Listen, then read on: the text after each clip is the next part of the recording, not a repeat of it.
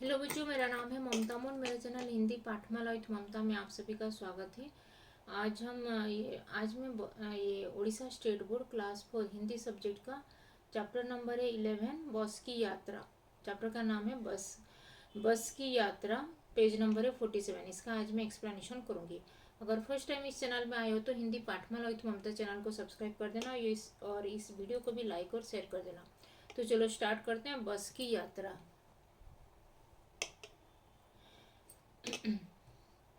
हर पांच हम 5 मित्रों ने तय किया था शाम 4 बजे की बस से चले। हम 5 मित्रों ने 5 फ्रेंड्स थे वो लोग। और वो लोग ये डिसाइड किए थे कि शाम के 4 बजे की बस से चलेंगे बोल के। मतलब इवनिंग के जो आफ्टरनून के जो 4 o'clock के बस पकड़ के वो लोग जाने के लिए डिसाइड किए थे।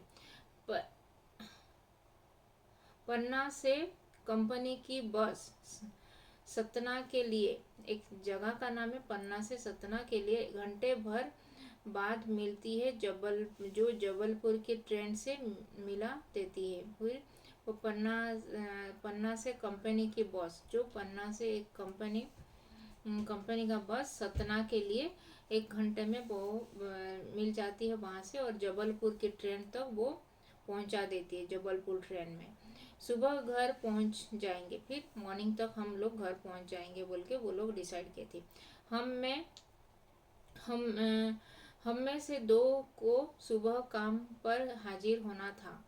हम जो 5 लोग थे उनमें से 2 लोगों को वो जो मॉर्निंग के जो उनका ऑफिस जाने के लिए वो उन लोगों को वहाँ पे काम के लिए जाना था बोल के वो लोग बात कर रहे थे। ये 5 लोग कन्वर्सेशन कर रहे थे।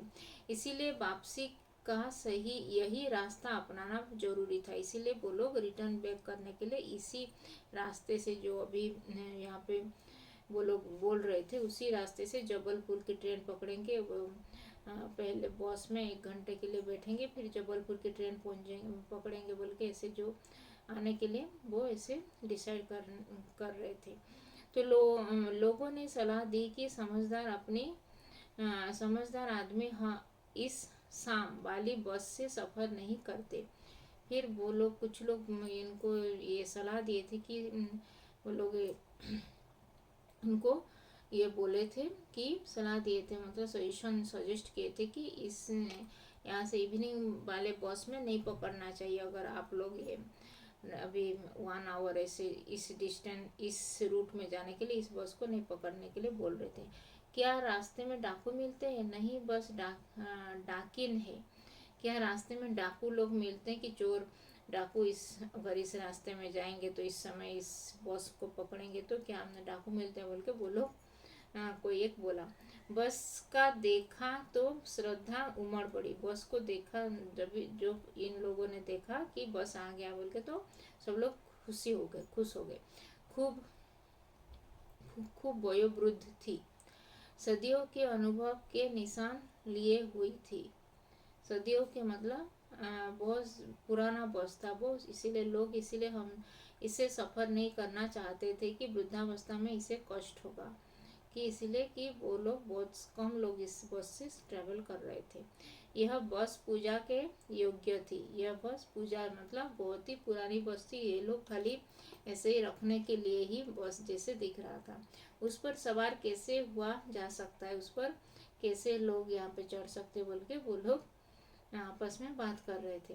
बस कंपनी के एक हिस्सेदार भी उसी बस से जा रहे थे। बस कंपनी का जो एक मालिक भी उस बस में जा रहा था।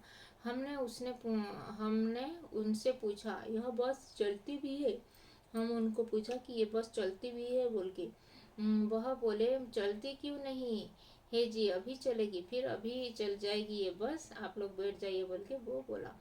तो हमने कहा वही तो हम देखना चाहते हैं, इसीलिए तो हम लोग देखना चाहते हैं कि बस चलती है कि नहीं बोल के। अपने आप चलती है यह? हाँ जी, और कैसे चलेगी? अपने आप ही चल जाती है बस, और किसी की ज़रूरत नहीं है बस चलाने के लिए बोल के ऐसे हंसी मजाक में वो आदमी बोला। गजब हो गया, ऐसी बस अपने आप चलती है। गजब हो गया, बहुत ही ये मैजिक हो गया है कि ये बस ऐसे चलती है बोल के। हम आगा पीछा करने लगे। डॉक्टर मित्र ने कहा, डरो मत, चलो, बस अनुभवी है। फिर डॉक्टर के जो डॉक्टर वहाँ पे एक फ्रेंड थे, तो वो लोग बोले डरो मत, वो आगे चलो बोल के, बस अनुभवी है बोल के। नई नवेली बसों से ज़्यादा विश्वसनीय है। हमें बेटों की तरह प्यार से गोद में लेकर चलेगी। हमें बेटों की तरह हमको प्यार से ये बस चला के जाएगी, हमको कुछ भी तकलीफ नहीं होगा बोल के। हम बैठ गए। जो छोड़ने आए थे बेस इस तरह देख रहे थे जैसे अंतिम विदा दे रहे हैं। जो लोग छोड़ने आए थे वो लोग ऐसे देख रहे थे कि ये लोग ठीक से पहुंच पाएंगे कि नहीं, क्योंकि बहुत ही पुरानी बस थी बोल के। उनकी आंखें कह रही थी, आना जाना तो लगा ही रहता है। आया है सो जाएगा राजा रंग फकीर, आया है तो ये फिर सो जाएगा, ये राजा रंग फकीर लोग भी सो जाएंगे ऐसे जैसे। आदमी को कुछ करने के लिए एक निमित्त चाहिए। आदमी को कुछ करने के लिए कुछ निमित्त मात्र का ही चाहिए बोल के बोल रहे थे। इंजन सचमुच स्टार्ट हो गया। फिर इंजन उसका बस का इंजन स्टार्ट हो गया, ऐसा जैसे सारी बस ही इंजन है और हम इंजन के भीतर बैठे हैं, कि जैसे सारी बस ही इंजन है और हम इंजन के अंदर ही बैठे जैसे लग रहा था।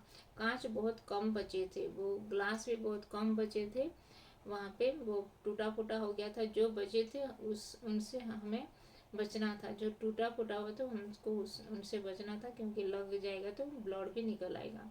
हम फौरन खिड़की से दूर सरक गए। हम फिर खिड़की से मतलब विंडो से थोड़ा साइड होके बैठे, क्योंकि अगर कांच लग जाएगा हैंड में तो वो ब्लड भी निकल सकता है बोल के। इंजन चल रहा था तो हमें लग रहा था कि हमारी सीट के नीचे इंजन है। जैसे जैसे गाड़ी बस चल रहा था, जैसे लग रहा था कि हमारे सीट के नीचे ही इंजन लगा हुआ है बोल के। बस सचमुच चल पड़ी और हमें लगा कि यह गांधी जी के असहयोग और सविनय अवज्ञा आंदोलन के वक्त अवश्य जबान रही होगी। हमको लग रहा था कि ये जब गांधी जी का इंडिपेंडेंस बिफोर ये बस चल रही होगी, तभी उस टाइम में ये यंग ये बस होगा, अभी बूढ़ा हो गया, ये ओल्ड बस हो गया बोल के वो लोग बोल रहे थे। उसे ट्रेनिंग मिल चुकी थी, फिर उसको ट्रेनिंग भी तभी मिल चुका होगा। हर हिस्सा दूसरे से असहयोग कर रहा था। पूरी बस सविनय अवज्ञा आंदोलन के दौर से गुजर रही थी।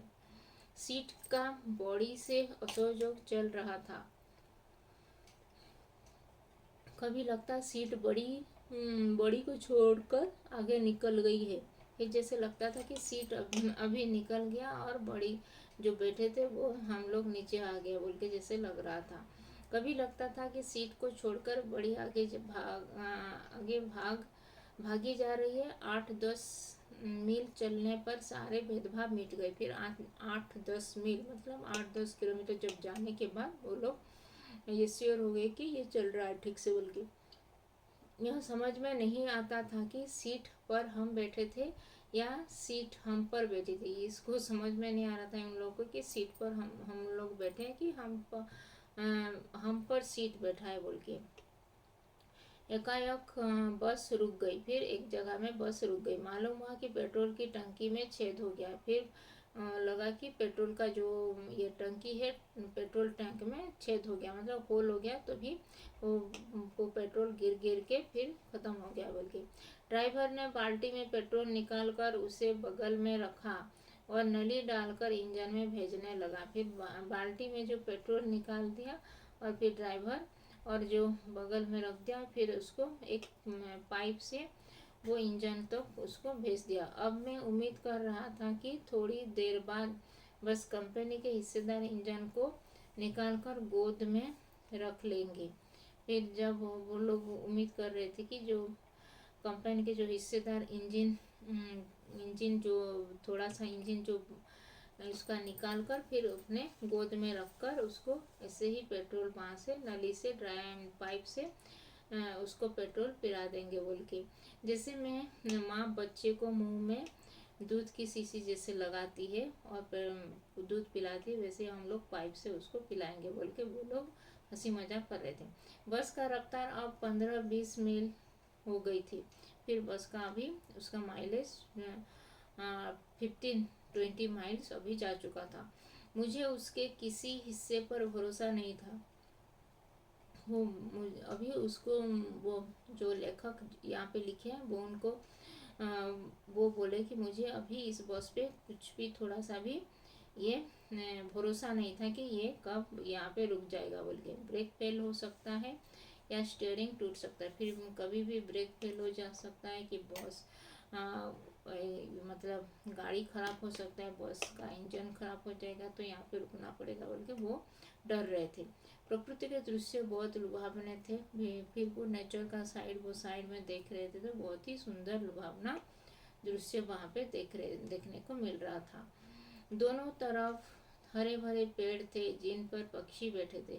दोनों तरफ बस के दोनों साइड में वो देख देख के जा रहे थे कि दोनों तरफ ग्रीनरी, बहुत सारे पेड़ पौधे लगे हुए हैं और वहाँ पे पेड़ में पक्षी लोग चहक रहे हैं बोल के।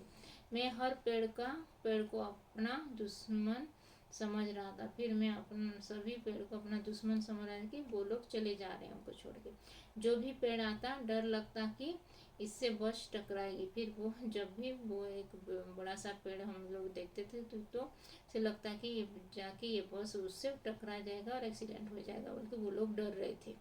वह निकल जाता तो दूसरे पेड़ का इंतजार करता। फिर वो एक पेड़ निकलने के बाद और एक पेड़ आ जाता तभी, और वो लोग डर रहे थे कि ये बस उससे टकरा जाएगा। तो झील देखती तो सब सोचता कि हाँ इससे बस गोता लगा जाएगी। फिर झील जब वहाँ पे एक रिवर पॉन्ड अगर आता है तो वो लोग सोचते कि ये बस जाके वहाँ पे डूब जाएगा जैसे बोल के।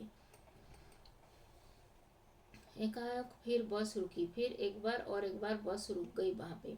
ड्राइवर ने तरह तरह की तरकीबें की पर बस नहीं चली। फिर ड्राइवर बहुत सारे ट्राई किया, फिर बस नहीं चला, वहाँ पे रुक गया। सभी ने अवज्ञा आंदोलन शुरू हो गया था।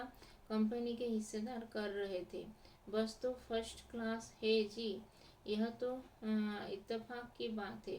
फिर सब लोग ये चिल्ला रहे थे कि बस तो फर्स्ट क्लास बस है, लेकिन क्या हो गया ये यहाँ पे रुक गई। बल्कि तो क्षीण चांदनी में वृक्षों की छाया के नीचे हम बस बड़ी दयनीय लग रही थी। फिर वही चांदनी रात में वो वृक्ष बाहर, वृक्ष की छाया के नीचे वो बस खड़ा था तो बहुत ही ये दिख रहा था जैसे एक बस वहाँ पे खड़ी और वो चांदनी रात में एक बहुत ही सैड, जैसे हम वो लोग सैड फील कर रहे हैं और वहाँ पे ऐसे रुके हुए हैं। लगता है जैसे कोई वृक्ष थक कर बैठ गई है, जैसे लग रहा था कि एक कोई वृक्ष मतलब एक कोई पेड़ वहाँ पे थक गया है और बैठ गया है बोल के। आगे या पीछे से कोई गाड़ी आती देखती तो वह एकदम किनारे खड़ी हो जाती और कहती, निकल जाओ बेटी, अपनी तो उम्र ही नहीं रही। फिर आगे या पीछे कोई अगर गाड़ी देख रहे थे तो वो एकदम वहाँ पे किनारे खड़ी हो जाती और वहाँ पे बोल रही थी कि निकल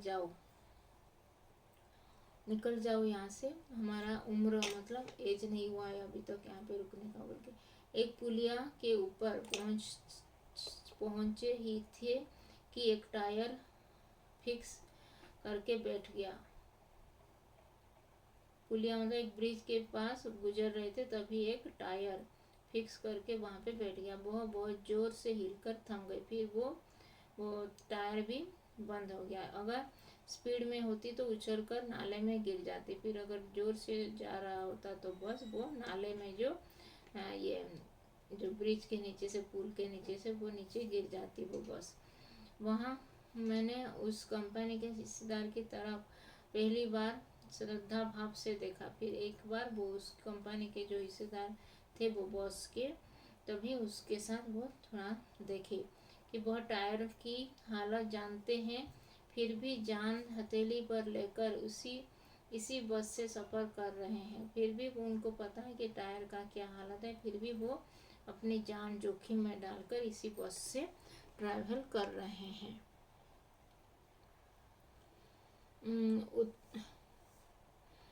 उत्सर्ग की ऐसी भावना दुर्लभ है। सोचा इस आदमी के साहस और बलिदान भावना का सही उपयोग नहीं हो रहा है।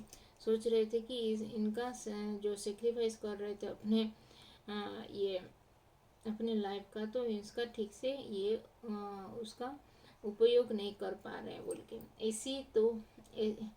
इसे तो किसी क्रांतिकारी आंदोलन का नेता होना चाहिए। इनको तो किसी ये जो क्रांतिकारी मतलब जो मूवमेंट हो रहा था इंडिपेंडेंस बिफोर इंडिया इंडिपेंडेंस, जो क्रांतिकारी मूवमेंट हो रहा था, तभी वहाँ पे इनको भी हिस्सा लेना चाहिए था, क्योंकि वहाँ पे सबको अपना जान देना पड़ता है। लेकिन यहाँ पे उनको पता है टायर ऐसे खराब है, लेकिन उनको जान हथेली में लेकर घूम रहे। उनको पता है कि कुछ भी हो सकता है, अपना जान भी जा सकता है, लेकिन वो उसी बस से ही ट्रैवल कर रहे हैं। कहते वह महान आदमी आ रहा है जिसने एक टायर के लिए प्राण दे दिए। फिर वो कह रहे थे कि एक महान ग्रेट मैन आ रहे कि वो जो एक टायर के लिए अपना लाइफ को निछावर कर दिया। मर गया पर टायर नहीं बदला। वो मर गया लेकिन वो टायर को ऐसे ही रखने दिए हैं, नहीं चेंज किए हैं। दूसरा घिसा टायर लगाकर बस फिर चली। फिर दूसरा और एक घिसा हुआ टायर लगाकर फिर बस और एक बार चल पड़ी। अब हमने वक्त पर पन्ना पहुंचने की उम्मीद छोड़ दी थी। अभी वो लोग, वो जो 5 फ्रेंड्स थे, वो लोग पन्ना तो पहुंचने के लिए, वो जिस टाइम में पहुंचने के लिए वो लोग सोच रहे थे उस टाइम में पहुंच नहीं पाएंगे बोल के उनको वो श्योर हो गए थे। पन्ना कभी भी पहुंचने की उम्मीद छोड़ दी थी। पन्ना कभी भी नहीं पहुंच पाएंगे बोल के ये उम्मीद वो लोग छोड़ दिए थे। कौन लोग? 5 लोग, 5 जो दोस्त थे।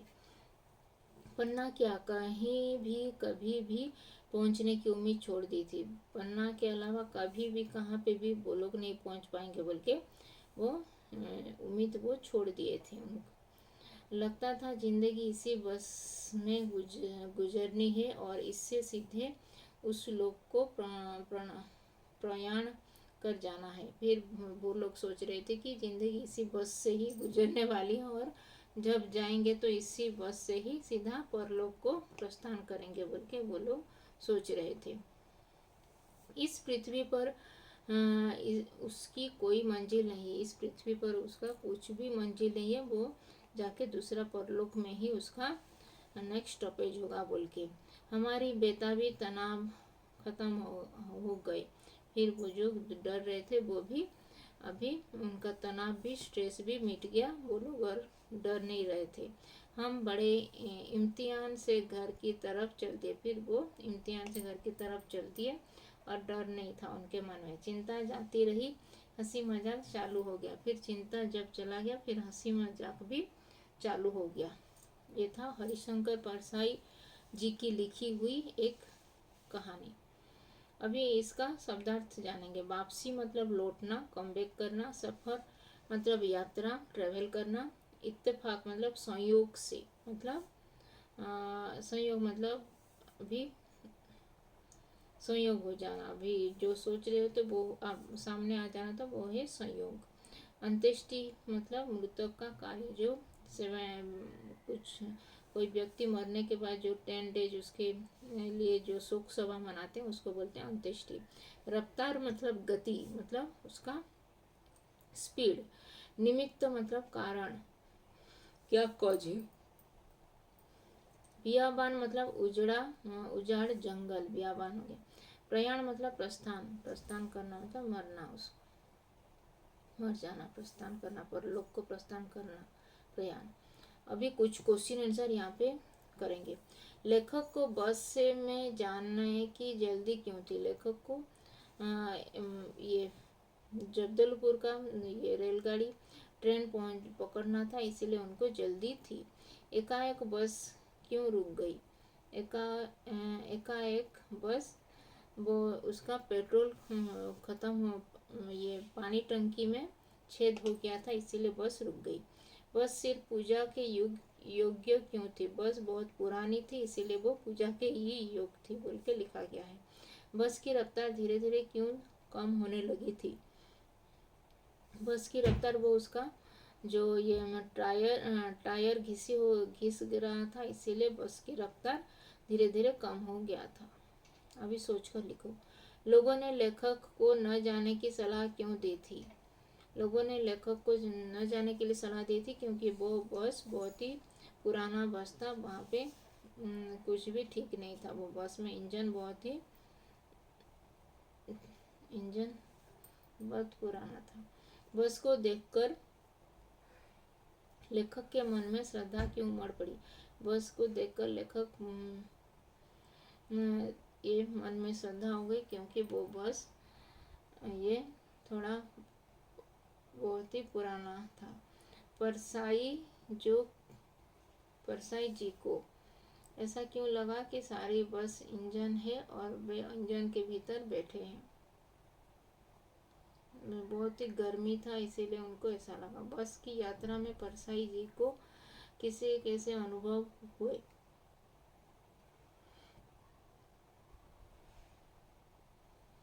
आंदोलन से क्यों की है? किसने किससे कहा? अभी यह बस चलती भी है?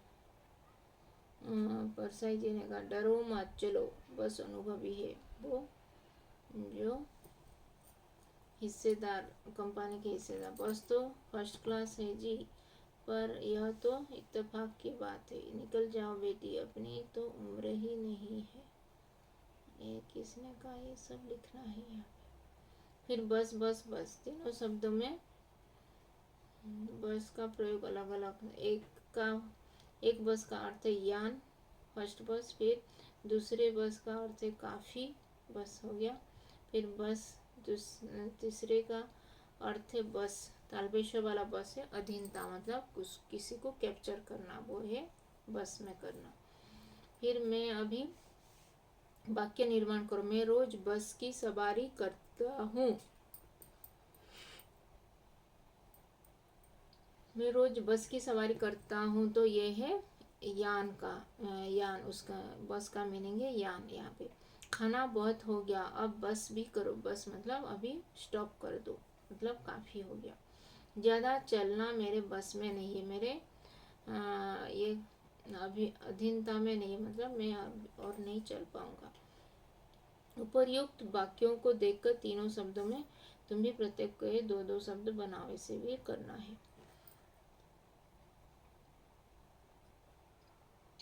जो शब्द संबंध स्थापित करते हैं उन्हें कारक कहते हैं। जैसे हम 5 मित्रों ने तय किया कि शाम 4 बजे की बस से चलें।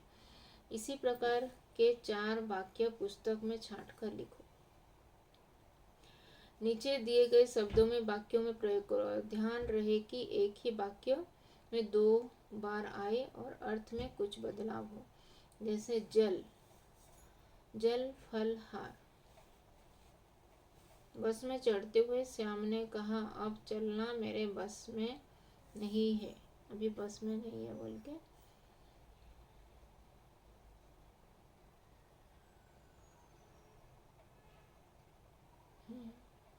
काफी नहीं है।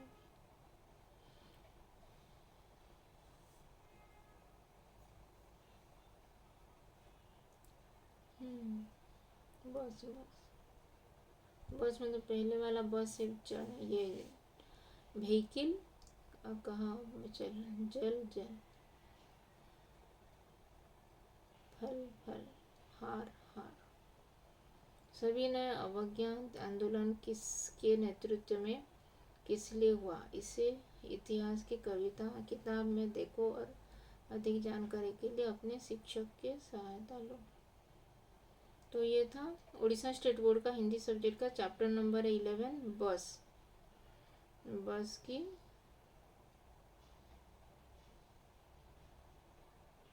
बस की यात्रा कविता, ये कहानी का पाठ का एक्सप्लेनेशन। तो ये वीडियो को लाइक और शेयर कर देना, और अभी तक चैनल को सब्सक्राइब नहीं किया तो हिंदी पाठमाला विथ ममता चैनल को सब्सक्राइब कर देना। तो धन्यवाद, थैंक यू।